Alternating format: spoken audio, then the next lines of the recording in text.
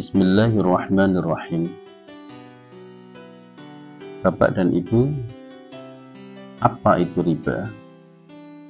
Entahlah, mungkin memang harus kita bahas, karena ternyata selama perjalanan kami mendampingi Bapak dan Ibu dalam urusan hutang dan riba, banyak yang belum mengetahui tentang riba. Baik, kita bahas secara sederhana saja. Apa itu riba? Definisi riba. Secara singkat dan sederhana, definisi riba adalah dalam bahasa dimaknai sebagai ziyadah atau tambahan, atau mungkin dalam bahasa lain kullu qardin jarra manfa'ah fahuwa riba, bahwa tiap-tiap hutang yang diambil manfaat, keuntungan, termasuk tambahan adalah riba.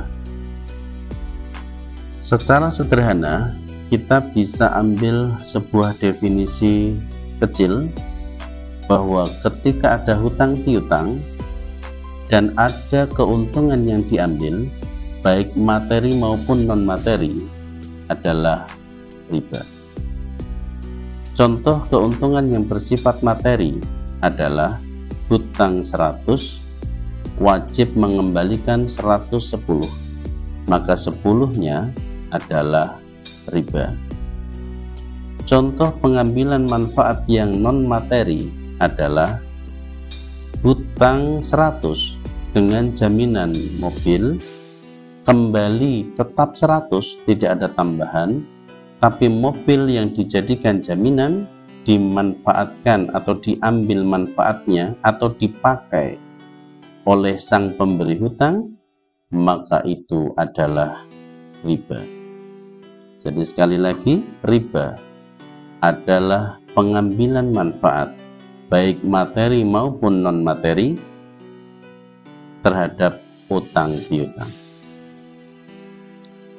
Baik, Bapak dan Ibu, secara umum riba itu ada 5 jenis yang ada di sekitar kita. Secara golongan itu dibagi menjadi 2 golongan. Yang pertama yaitu riba yang terjadi karena adanya jual beli, dan yang kedua riba yang terjadi karena adanya hutang.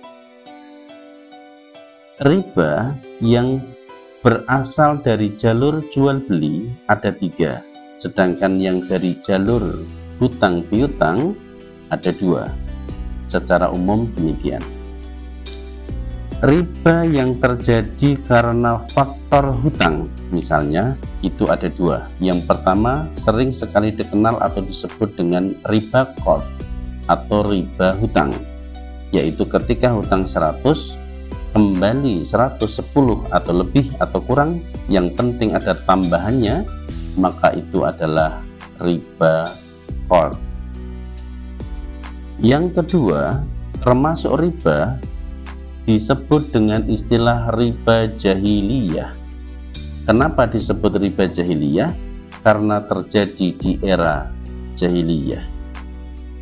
Dulu di era atau zaman jahiliyah, riba yang terjadi adalah hutang hari ini, misalkan 100, dikembalikan pada waktu tertentu. Ketika di waktu itu tidak mampu mengembalikannya, maka akan didenda atau bertambah menjadi 2 kali lipat atau lebih. Kalau dia tidak atau dibayar di bawah tanggal yang seharusnya atau sebelum jatuh tempo, maka tidak ada denda dan tidak ada bunga, tidak ada tambahan. Tapi ketika melewatinya, maka bunga atau dendanya bisa 2 kali lipat dari hutang pokoknya. Ini disebut dengan istilah riba jahiliyah. Meskipun dia dibayar sebelum jatuh tempo dan tidak dikenakan bunga atau tidak dikenakan denda atau tidak dimintai tambahan, tetaplah riba dikarenakan disetujui akad apabila melebihi tanggalnya sepakat untuk memberikan tambahan beberapa kali lipat. Bapak dan Ibu akan temukan nanti di Al-Quran, akan kami jelaskan insya Allah di video-video yang lain, bahwa ada kalimat la ta'kuluna riba ad'afan mudha'afah. Jadi kita diminta untuk tidak memakan harta riba dengan cara berlipat ganda. Ini adalah riba jahiliyah karena terjadi hanya di era zaman jahiliyah. Kemudian riba yang berasal dari jual beli, yang pertama adalah riba nasi'ah, yaitu riba yang terjadi pada jual beli non tunai atau tempo atau kredit. Ketika kita membeli rumah dengan cara hutang atau tempo dan di dalamnya mengandung bunga ataupun denda jika tidak bayar sesuai tanggal didenda, jika membayar sesuai tanggal kena bunga, ketika dibayar dipercepat kena penalti, maka bunga, denda, dan penalti ketiganya adalah riba. Jenisnya adalah riba nasi'ah, dan riba nasi'ah dikenal di kalangan ulama sebagai riba yang paling berat.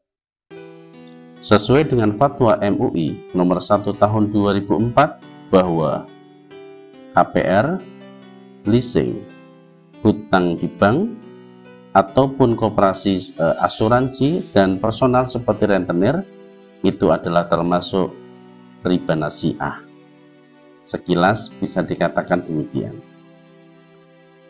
Yang kedua, riba dari jalur jual beli adalah riba fadl. Contoh riba fadl adalah adanya pertukaran barang ribawi tetapi dengan kadar atau berat yang berbeda. Kalau di hadis itu yang dijadikan contoh adalah kurma. Tetapi di era kita yang bisa kami ambil contoh adalah pertukaran uang. Ketika menjelang lebaran itu banyak sekali orang yang menawarkan uang-uang baru dengan selisih angka. Uang barunya 100.000 dengan pecahan yang diinginkan, kemudian kita membayarnya lebih dari 100.000 rupiah. Pertukaran barang ribawi semacam ini adalah riba karena ada selisihnya. Yang ketiga, riba dari jalur jual beli adalah yad. Riba yad adalah riba di mana ada pertukaran atau jual beli sesama barang ribawi tunai tapi tidak dalam satu majelis. Kita tahu bahwa ada 6 barang ribawi, ketika terjadi pertukaran di antaranya harus tunai dan dalam satu majelis. Ketika tidak dalam satu majelis tetapi tunai, maka ini termasuk riba. Jenisnya adalah riba yad. Contohnya, ketika kita membeli emas, uang yang kita gunakan adalah barang ribawi, emas juga barang ribawi. Ketika membeli emas dengan tunai itu sah, tetapi ketika emasnya diserahkan dengan berbeda majelis, beda waktu, mencicil atau apapun itu namanya, maka itu tidak diperbolehkan dan itu termasuk riba. Jenisnya adalah riba yad. Bapak dan Ibu, demikianlah 5 jenis riba yang ada di sekitar kita, baik dari jalur jual beli maupun dari jalur hutang piutang. Penting untuk kita pahami, untuk kita mengerti, untuk supaya bisa kita jauhi. Mengapa harus dijauhi? Karena surga dan neraka bukan dongeng. Karena musibah itu tidak enak. Kalau Anda terus-terusan melakukan dosa atau akad riba, maka masihkah mau menerima musibah? Masihkah mampu memikul musibah? Kami khawatir Anda tidak mampu, dan kami menyayangi Anda, sehingga kenali riba dengan jenis-jenisnya dan jauhilah. berhentilah dalam akad riba yang haram, hiduplah yang sehat tanpa hutang dan riba, insya Allah.